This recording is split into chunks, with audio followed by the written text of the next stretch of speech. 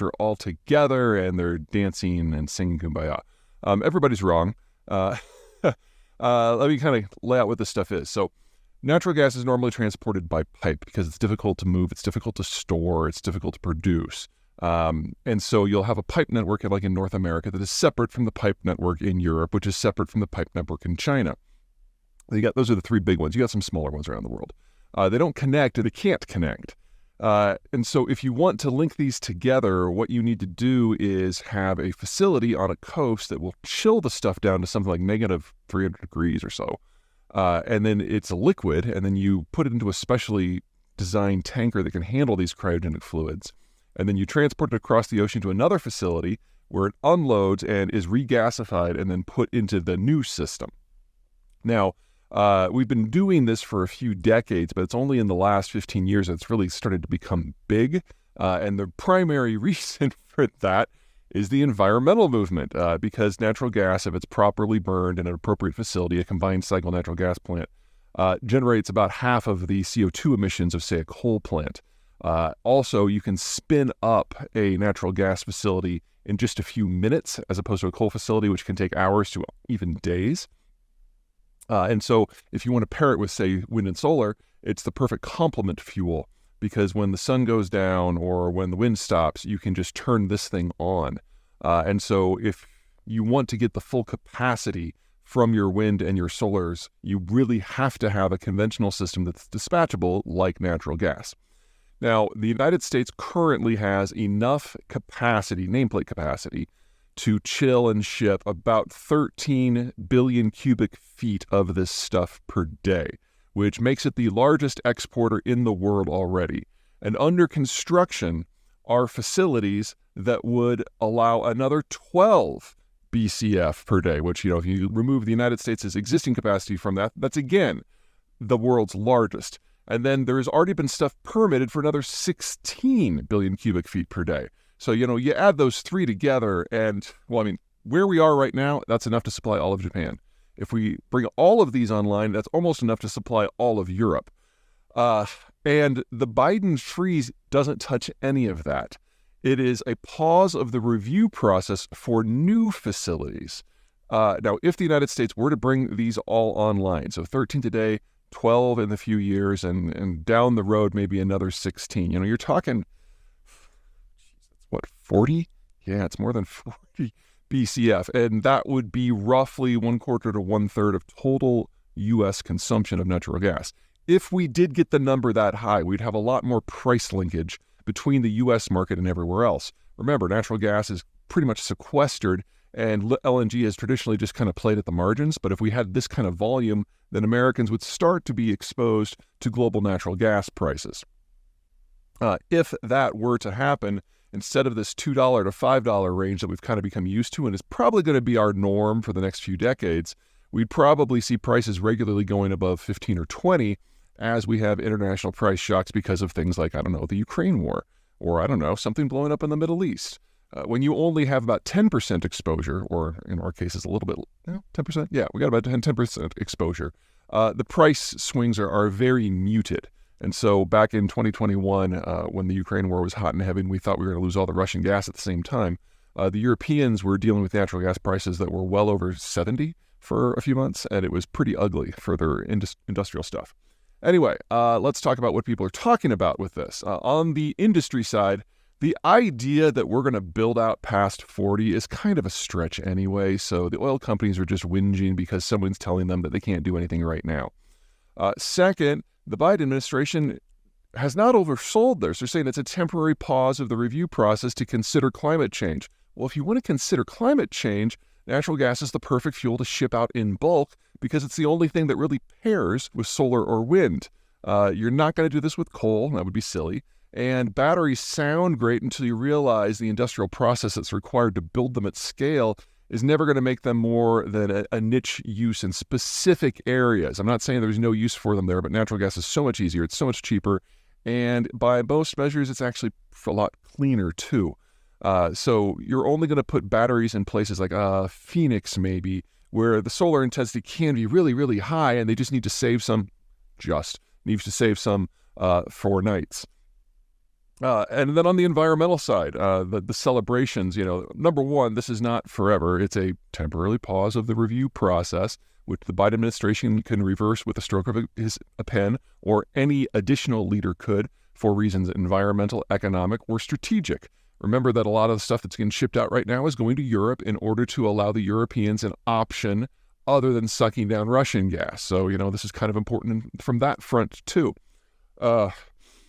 So everyone's kind of making a really big deal out of it, but I think the thing that is most hilarious is that the Biden administration has found a way, again, to satisfy. Few countries of the world exist in vacuums. Nearly all swim in large ponds, interacting constantly with other powers, smaller, larger, and peer. The European geography. Europe is a land of contrasts. The majority of Europe's population lives on the aptly, if not particularly creatively named North European plain. The portion of the coastal plain in Europe proper is one of the world's narrowest, less than 300 miles at its widest point in Germany. But it is also one of the world's longest, stretching over 1,500 miles from the Pyrenees in southern France to the Belarusian border. And it doesn't end there, but rather expands into the European hordelands of Central Eurasia. A series of broken highlands and stark mountains back the entirety of the NEP's southern border, which generates sufficient rainfall to make the NEP a lush agricultural zone and fuel a score of rivers that transect the plain. The Seine, Meuse, Rhine, Weser, Elbe, Oder, and Vistula in particular. Between ample local food production, high capital generation possibilities, and ease of movement, the NEP has had one of the world's densest population footprints, densest local trade networks, and richest populations for nearly a millennium. But there is a dark side.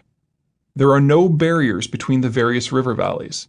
The easily crossed nature of the plain condemns the people of Northern Europe to be constantly in each other's faces. Every country's heartland is their neighbor's borderland. Civilization may come easily to Northern Europe, but so does competition. Success and security for one would mean want and instability for all others. The all-or-nothing nature of that simple fact has led to some of the world's most infamous wars being fought among the NEP powers in their efforts to carve out some security for themselves. Peninsulas and mountains riddle the lands around the plain. The Iberian Peninsula, home to Spain and Portugal, lies south and west of France across the Pyrenees. The Alps separate Germany and France from Italy's Apennine Peninsula, and the Balkan Peninsula is on the far side of the Carpathians from Austria and Poland. Most of Scandinavia is self-contained on its eponymous peninsula. In every case, the balance of transport proves true. Mountains inhibit movement, and peninsulas limit lines of approach. The insulation that geography grants the peninsular states allows them to stay somewhat apart from the cultural, economic, and military crucible that is the NEP. That's doubly true for Europe's islands, two of which merit specific attention. Denmark's island of Zealand has been home to half of the Danish population since its emergence as a force in the 8th century. The Danes are and always have been an island people who own a peninsula rather than the other way around. A more recognizable island people are of course the English, who call Great Britain home. The peoples of both islands have long acted independently of the NEP. The strongest tie that binds the peninsulars and the islanders together is a fear that someone on the NEP might actually emerge victorious from the perennial competition. Should that ever happen, the richness and might and power of the plain would no longer be spent on local feuds, but instead be available to surmount the geographic barriers that have long protected the peninsular and island peoples. A continent riven by war is hardly how most of us think of Europe, but that is because the Europe we know has been transformed utterly by Bretton Woods. With the imposition of Bretton Woods in the American alliance network, the Europeans no longer needed to struggle for iron ore, or steel, or oil, or food, or spices, or markets, or borders. Instead of battling to be the NEP colossus, France and West Germany could cooperate economically and focus on exporting to wider Europe and the wider world. Instead of being nervous about the NEP uniting, countries on the European periphery could, with some caution, participate in Bretton Woods' Legion trade opportunities. The Europeans were not only able to take a vacation from geopolitics, but a vacation from their own brutal history. The result, as elsewhere in the world, was 70 years of peace and prosperity, although in Europe the emphasis was definitely on the peace part. The end of the Cold War had any number of impacts on the world writ large, but in Europe it was absolutely wonderful. Europe was the primary Cold War battle line, so defense outlays were far higher there than anywhere but in the United States, the Soviet Union, and the Koreas. With the Cold War's end, resources dedicated to defense could be redirected to investment. A belt of states from Estonia to Bulgaria ceased being Soviet property and started down the road to European Union membership, eventually providing an infusion of over 100 million new consumers and low and mid-cost workers. But most of all, the Cold War's end made the French and Germans sufficiently confident in a future without war that they launched their most ambitious unification project yet, a currency union, which is where contemporary Europe's problems begin. In the United States, finance is somewhat non-denominational. There are so many rivers servicing such a substantial population that capital practically grows on trees. Everyone is in the same river network, and so is in the same resultant financial system. It is considered perfectly normal for a Nebraska bank to fund a Vermont mortgage, or a Georgia credit union to enable credit card use in Idaho. Not so in Europe. Europe's river systems are not integrated, and the differences that fact spawns do not end with different languages and identities. French trade travels on French rivers with French profits deposited in French banks where they are used to further French goals. Rivers, trade, and banks are all considered national assets. As one would expect from any such national asset, the banks' responsibilities are first and foremost to look out for the interests of the state. In 1992, the Europeans may have committed themselves to launching the Euro era, but they never united their disparate financial and banking systems into a cohesive whole. That split is the root of the European financial crisis. Once again, it comes down to the balance of transport, but this time from an economic rather than a strategic point of view. The balance of transport isn't easily swayed by political agreements, even ones as potent and far-reaching as Bretton Woods. The NEP remained the economic hub of the European wheel. But not everyone in Europe had rivers, and so not everyone in Europe could generate the surplus capital that made everything from infrastructure to education possible. Geographically less endowed areas like Iberia, southern Italy, and Greece were perennial laggards. European structural adjustment monies poured into these areas to help close the gap, funding everything from highways to olive groves. But the capacity created by this assistance couldn't hope to keep up with what the richer portions of Europe invested into their home systems simply as a matter of course. On anything remotely resembling a level playing field, well-rivered, flat, and integrated Northern Europe would always be more thoroughly educated and more productive and richer than highland, arid, and disconnected Southern Europe. But in a common monetary system, capital could flow nonetheless. Currency unity meant that the surplus capital generated in the North could be lent out to Southern economies that had no experience using it wisely at rates normally reserved for countries like Germany. Currency unity meant that Northern European exporters had unrestricted access into Southern economies that couldn't hope to compete with the Northerners' superior infrastructure and workforces. The result was the buildup of mountains of debt among Southern economies, consumers, and governments at the same time that the hollowing out of Southern economies made it impossible for the debt to be paid back. Far from being the crowning achievement of United Europe, the euro was guaranteed from day one to destroy it. The ensuing calamity was as harsh as it was predictable. Less than a decade after the euro's 1999 launch, all it took was a recession to crack the finances of many countries to pieces. The now infamous bailouts of Greece and Ireland, and the less notorious bailouts of Latvia, Portugal, Hungary, Cyprus, Romania, and Spain, have as of February 2014 collectively totaled over 600 billion euros in funds transfers and write-offs. At the time of this writing, the Europeans are not quite to the point that they can admit to the inanity of the euro. Most serious efforts are still focused on helping a broken system limp along. Unfortunately, Europe's corporate, government, and consumer debt crisis is only one of 7 challenges that the Europeans face, and it is probably their most manageable. The European financial crisis has had many economic impacts, but the results have been worst in banking. Because the Europeans see banking as a national prerogative, concerns such as national infrastructure needs, maximum employment, and government budgetary stability are tossed into the mix of bankers' concerns, right along with concerns of collateral and profitability. This has encouraged, and oftentimes actually required, Europe's banks to put national directives above corporate decision-making, particularly on topics like due diligence. This enables European governments to use their banks as a means of speeding investment in this or that targeted sector, to construct or repair infrastructure sooner than if they had to raise capital from private sources or taxes, or to help maintain governmental budgets in times of stress by simply directing the banks to invest in government bonds. Unsurprisingly, many of Europe's banks are state-owned in majority or in part, and even those that are not are often used as slush funds for various political interests at the local, regional, and/or national level. In essence, the various governments see the financial sector as a tool of governance and use it as such. An excellent example is that of Belgian-French bank Dexia. Many Belgian communities purchased shares in the bank to ensure that they would always have a strong private demand for their local debt.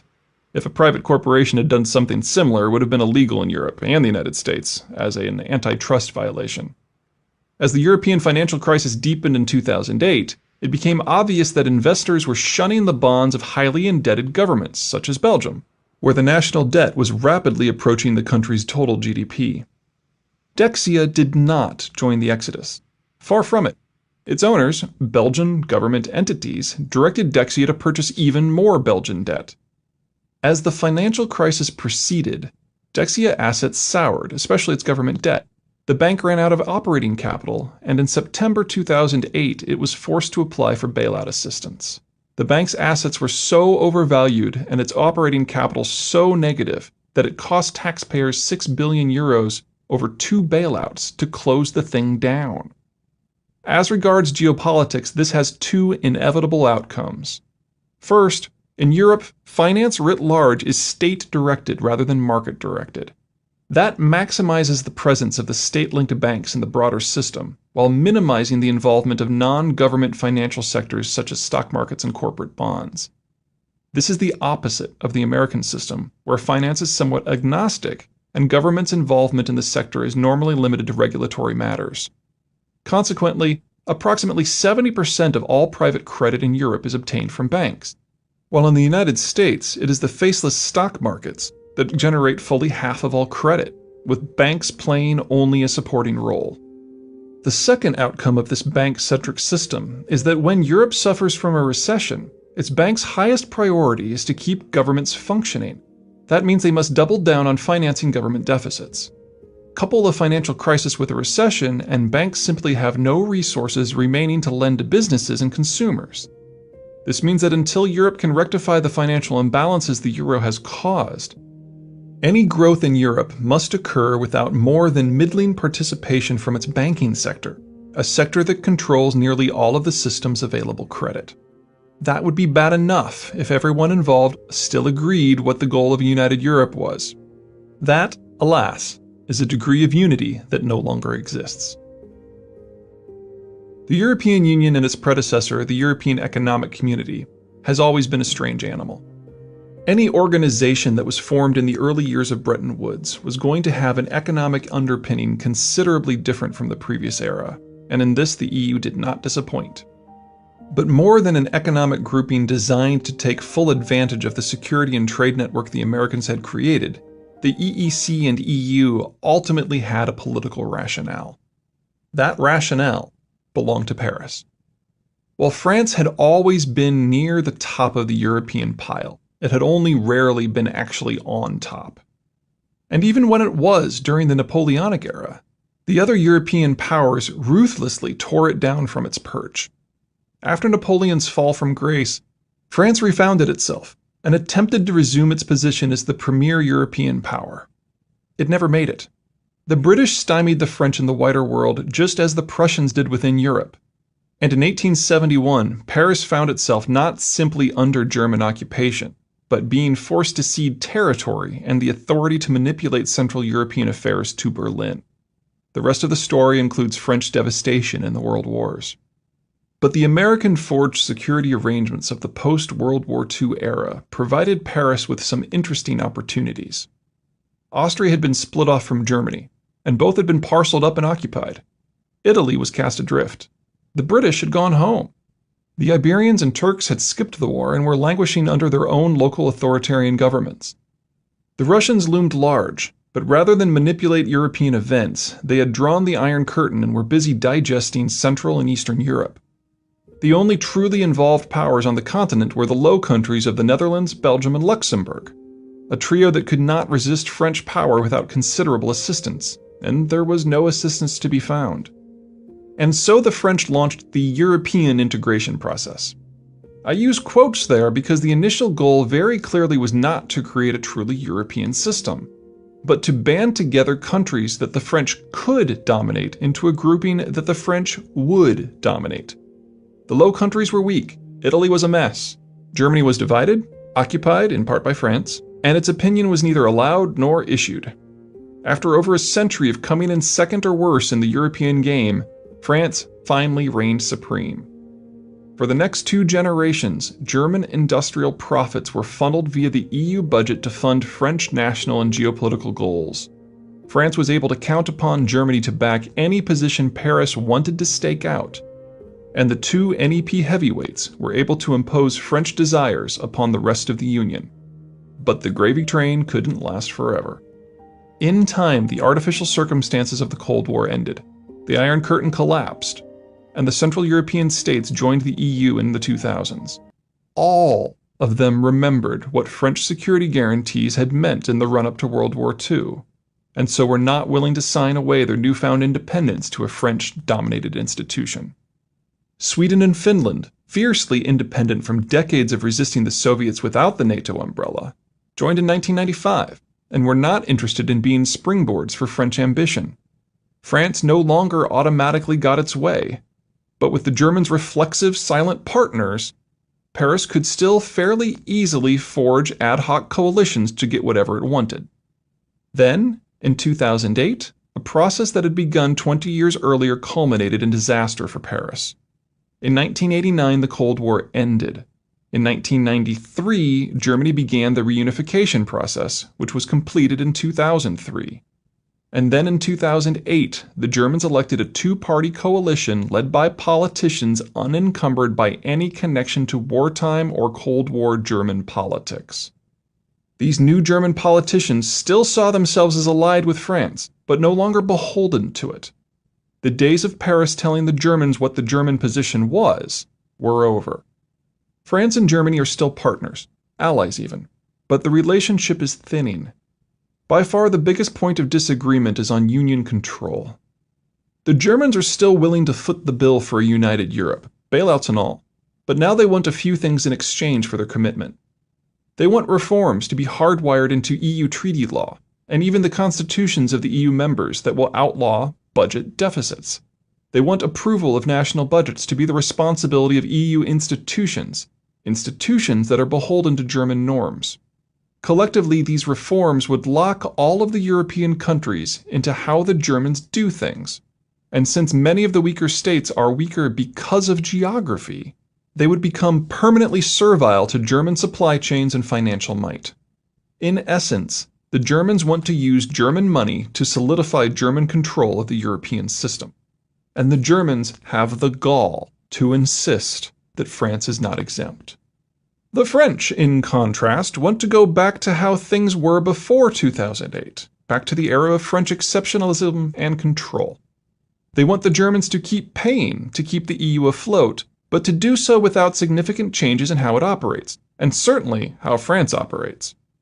They want budgetary control to remain at the national level and for deficit restrictions to remain somewhat loose.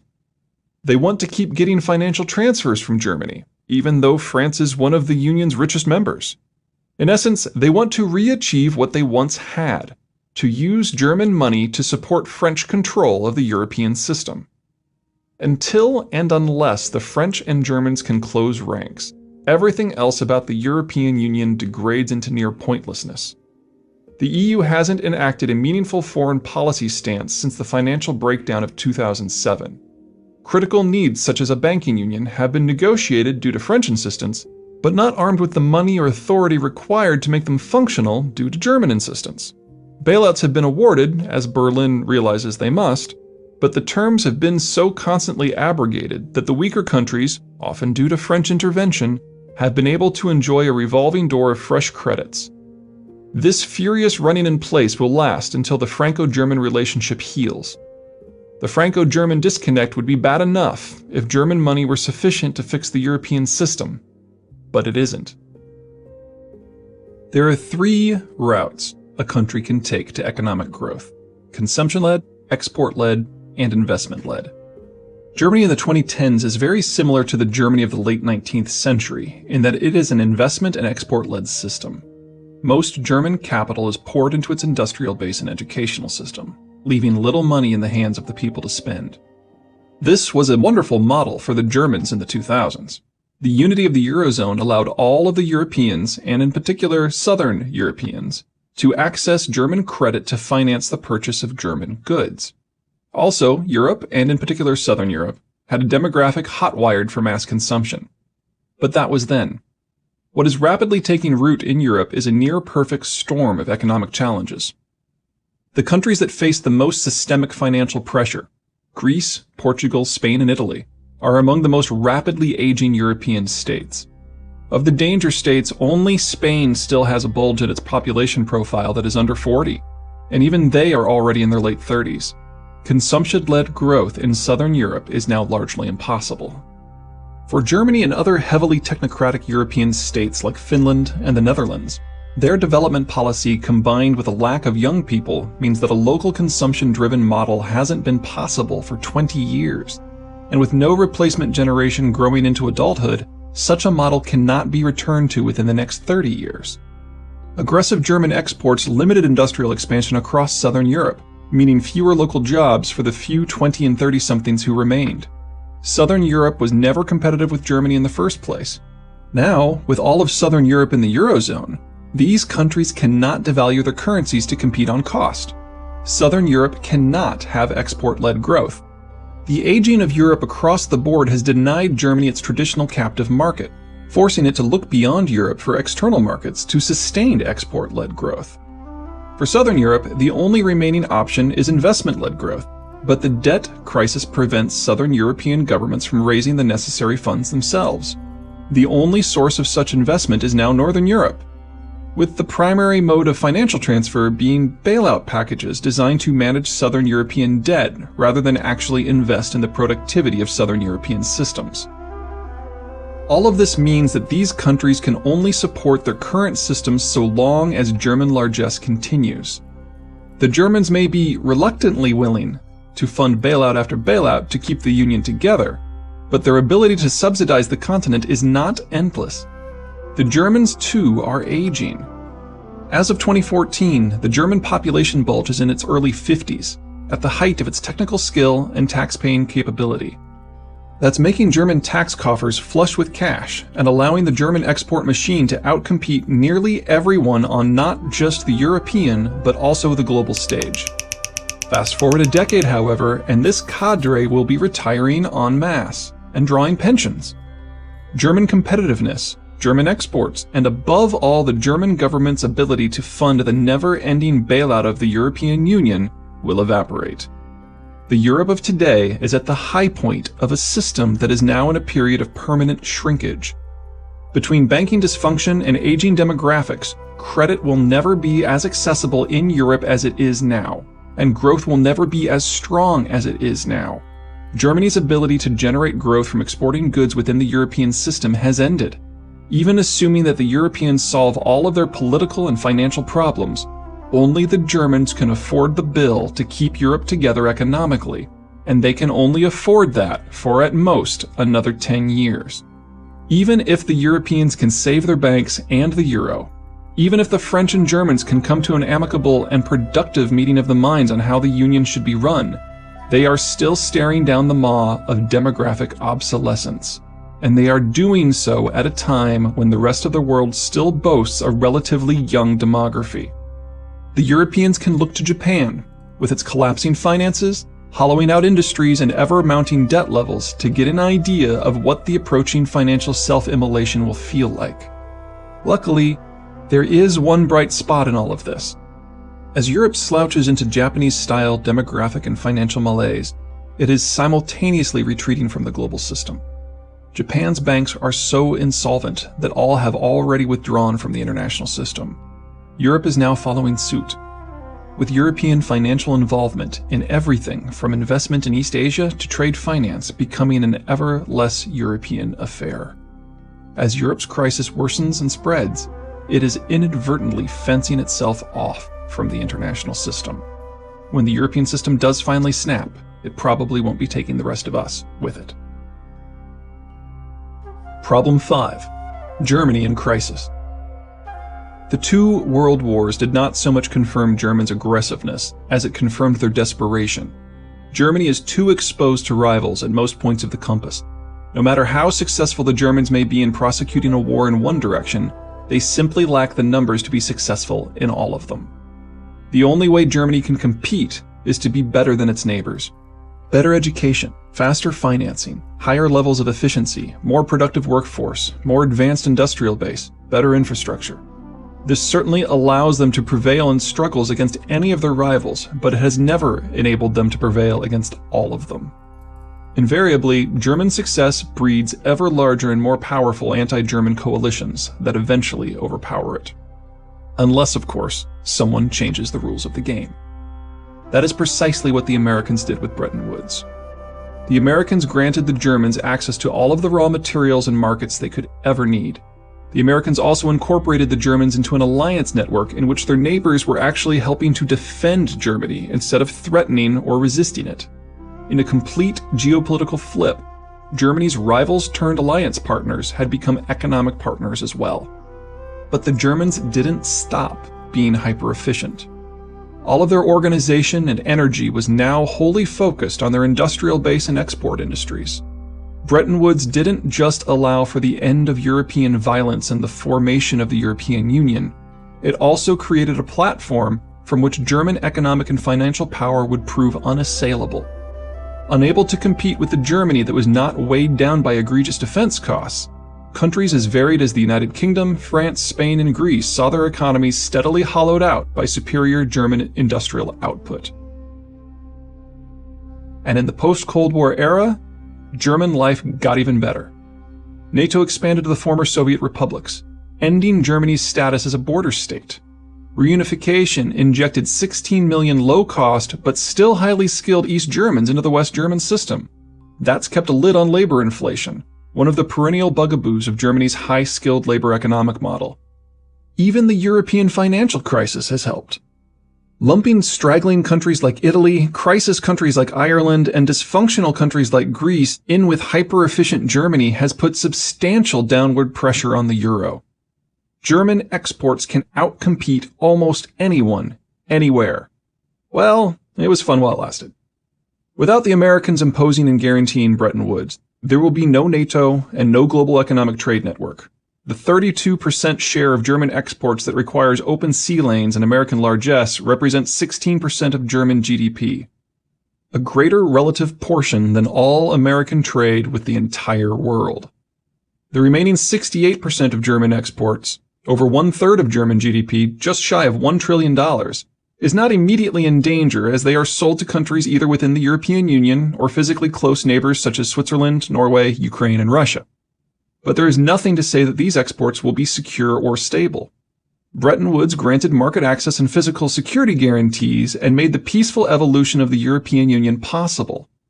As each beneficiary has different security and economic needs, each will respond to the American withdrawal differently, particularly as a considerable list of European countries perceived the American security guarantees as guaranteeing their security from Germany.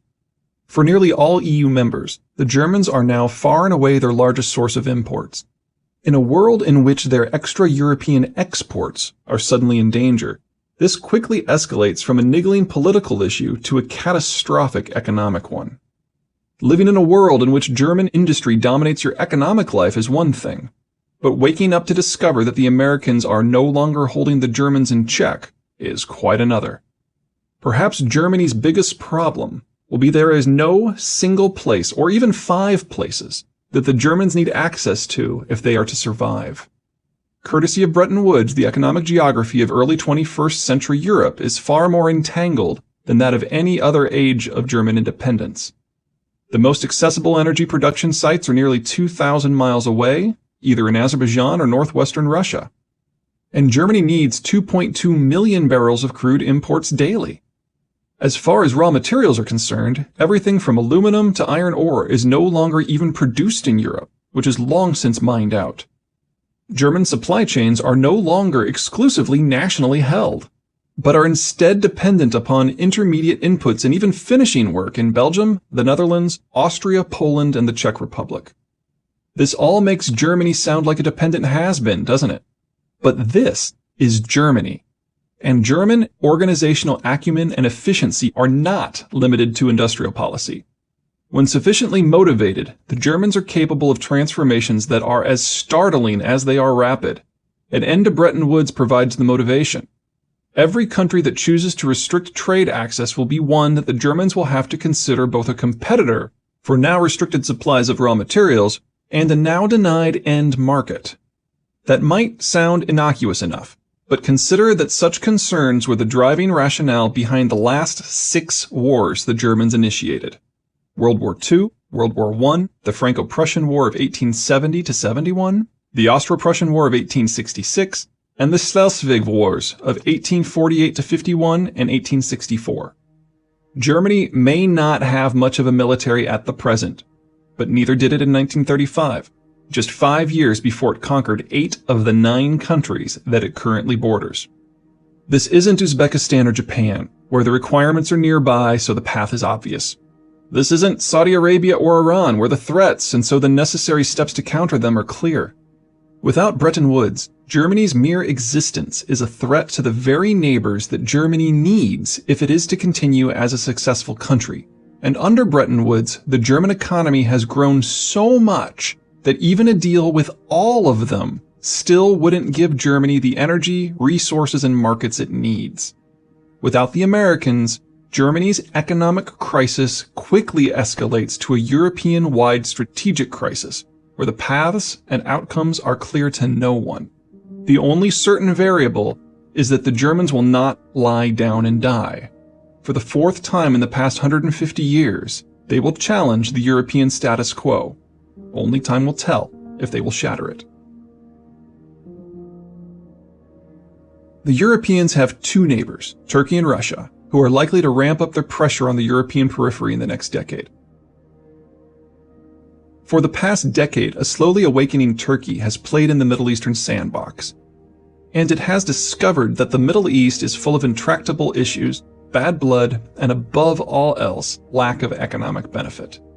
The countries of North Africa, the Levant, and Iraq combined have a smaller combined economic footprint than Spain, a mid-sized European economy. The Middle East is not Turkey's future. Historically, the old Ottoman economic and intellectual heartland wasn't in the Middle East or even in Anatolia. It was in the Balkans, and that's where its future will be as well. Currently, 2 things are holding the Turks back from this path.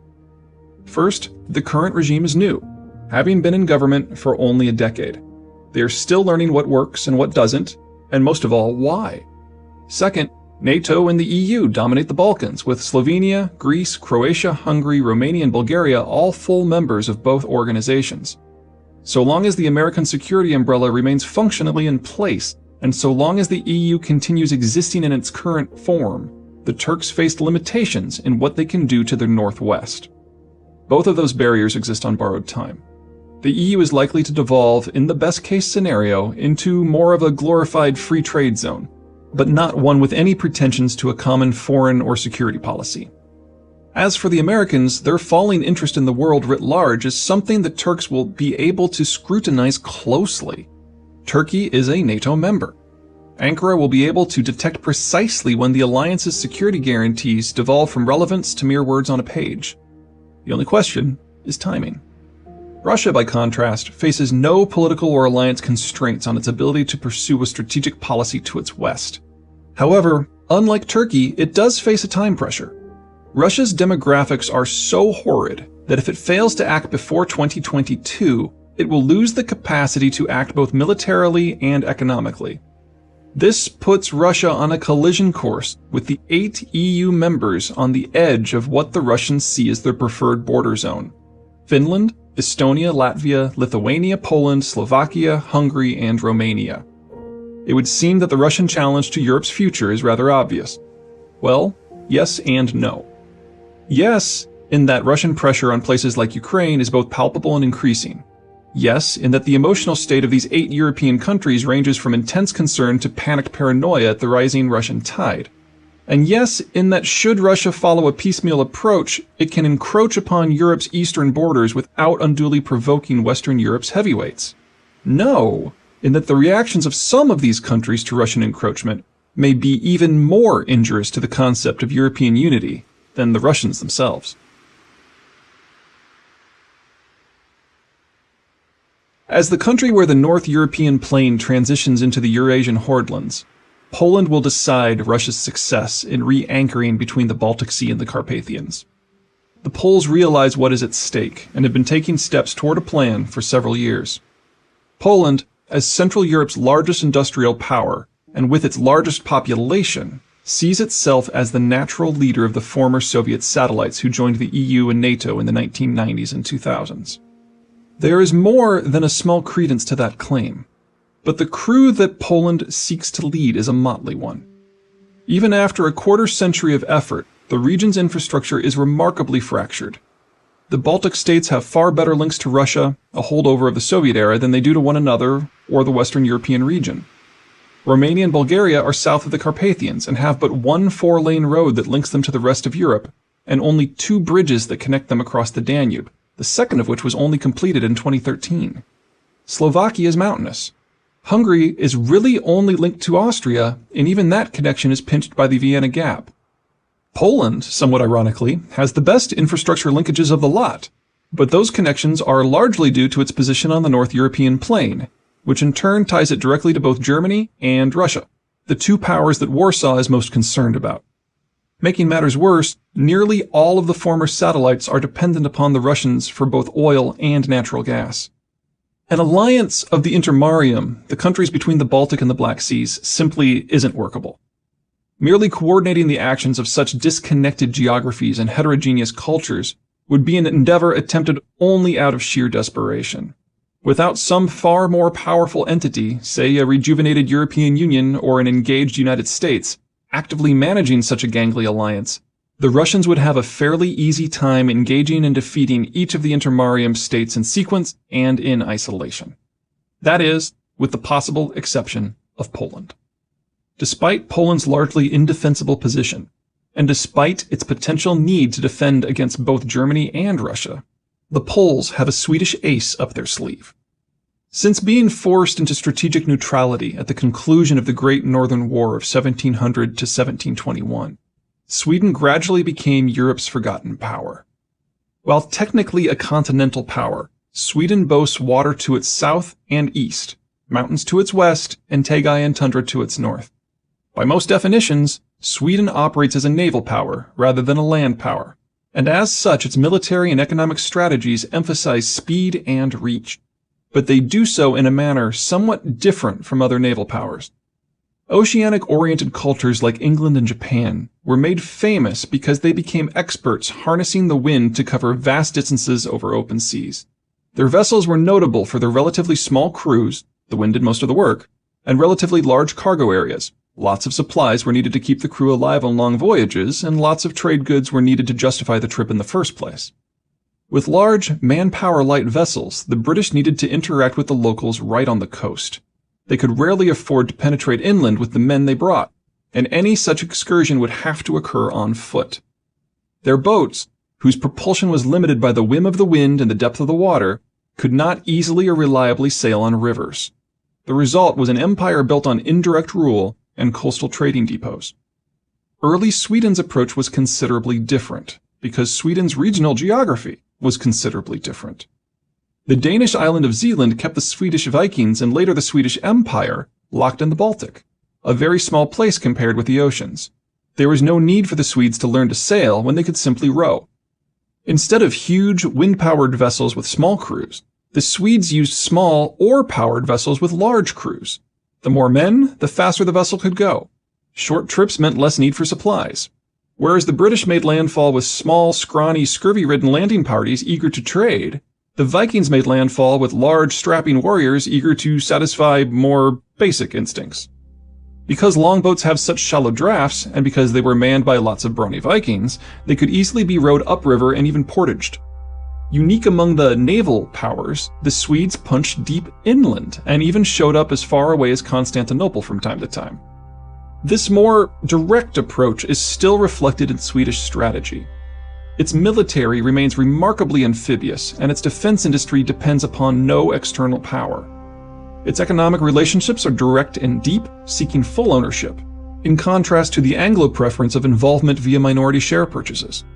But Sweden remains undeniably maritime, valuing trade and financial connections over the hardwired infrastructure and military links of land-based powers.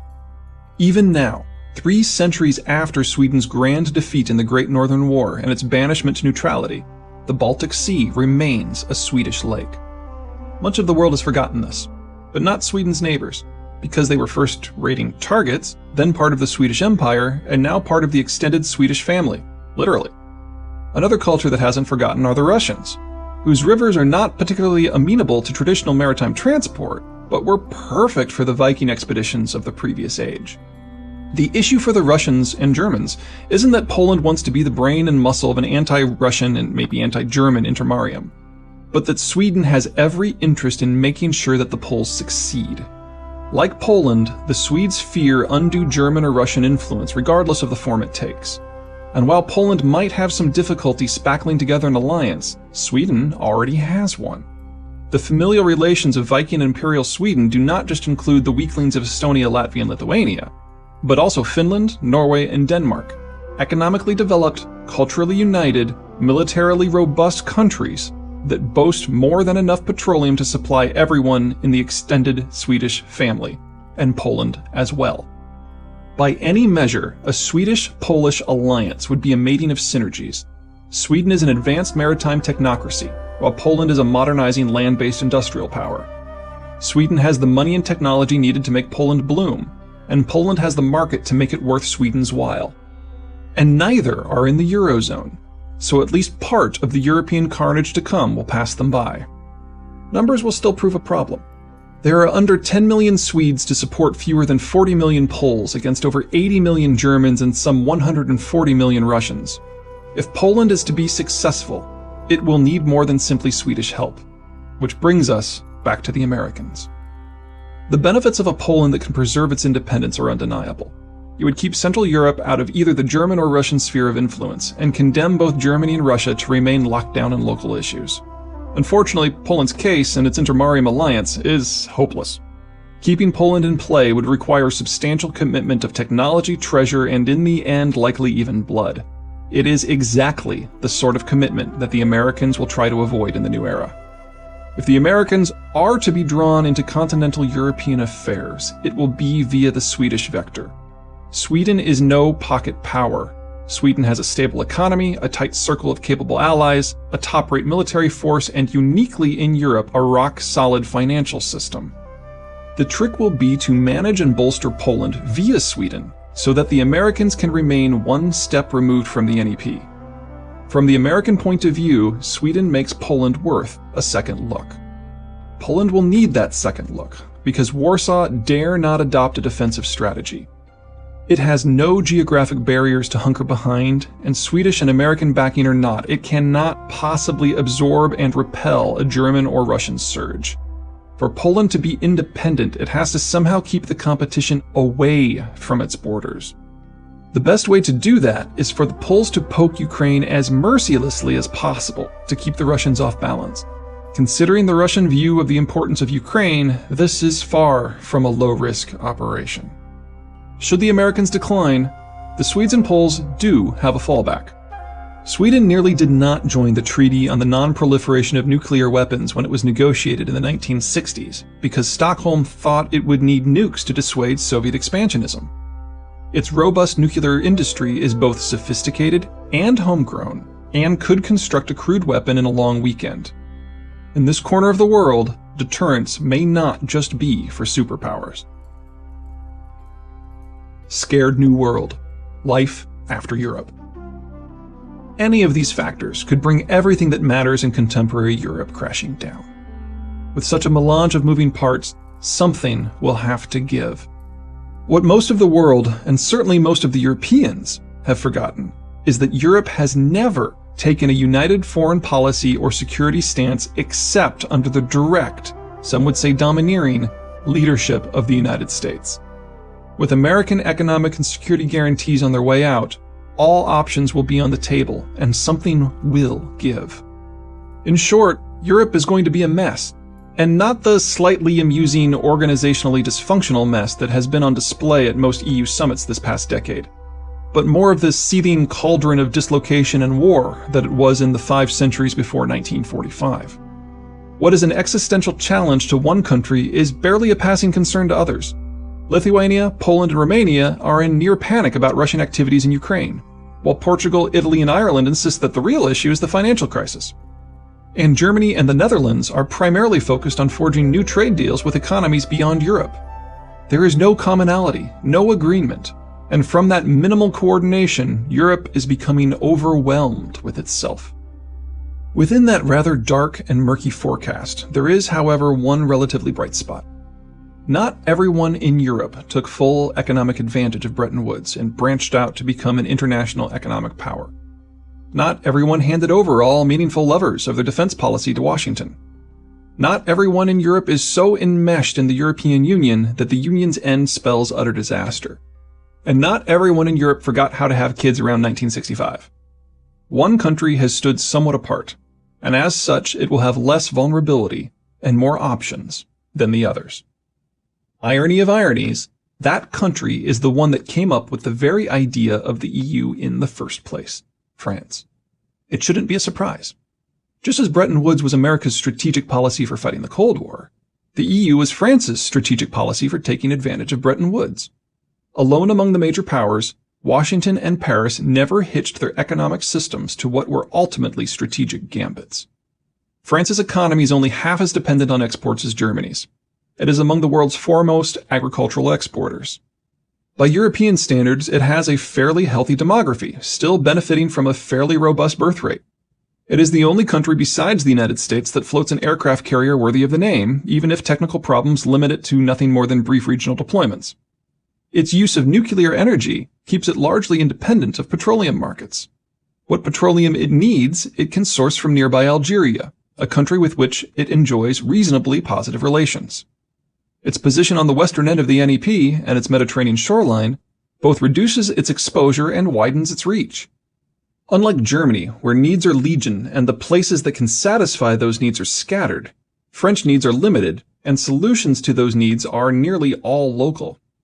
All of the violent chaos likely to erupt involving Sweden, Germany, Poland, Russia, Ukraine, and Turkey is on the far side of Europe. And just in case all else fails, it has nuclear weapons. Not can make them in a pinch like Sweden or South Korea, but already has them like the United States. Unsurprisingly, France is the country that the Germans take most seriously.